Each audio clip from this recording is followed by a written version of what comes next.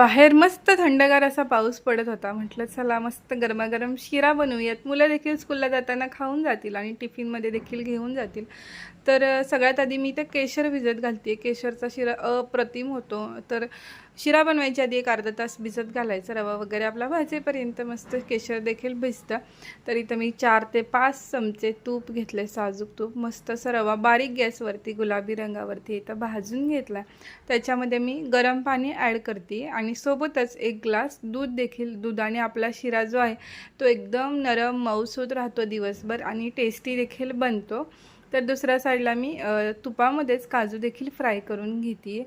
यामध्ये आणि दुधामध्ये आपला रवा छान शिजला. याच्यामध्ये मी साखर आणि चिमूटभर मीठ ॲड केलेलं आहे. त्यानंतर जे आपलं केशर होतं ते याच्यामध्ये ॲड करायचं आणि फ्राय केलेले काजू देखील. त्यानंतर वेलची पूड भुरभुरायची. मस्त टेस्टी असा आपला शिरा गरमागरम रेडी झाला आहे आणि मुलांना जातानाच आम्ही काहीतरी खाऊन पाठवत असतो स्कूलला. मस्त असं शिरा दिला नीलला खायला. त्यानंतर बाकीची कामं आवरायला घेतली.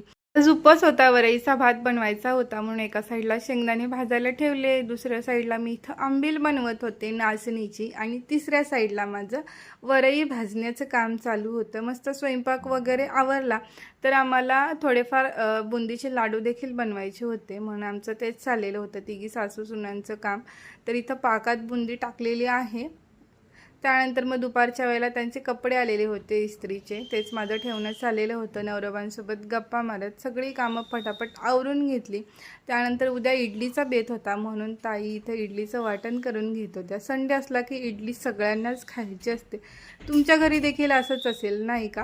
त्यानंतर मस्त थंडगार वातावरण होतं म्हणून मी बाहेरच मस्त लसूण सोलत बसलेले होते. आमच्या अन्वी मॅडम देखील मस्त बाहेर खेळत होत्या. तिचं चाललेलं होतं की मम्मा मला सायकलमध्ये बसवून फिरव. तिला थोडाफार टाईम दिला. आता सीताफळ देखील झाडांना लागायला लागलेत. मस्त असं दिसत होते. आता थोड्याच दिवसात हे देखील पिकेल. तर चला आजचा व्लॉग इथंच संपवते. बाय.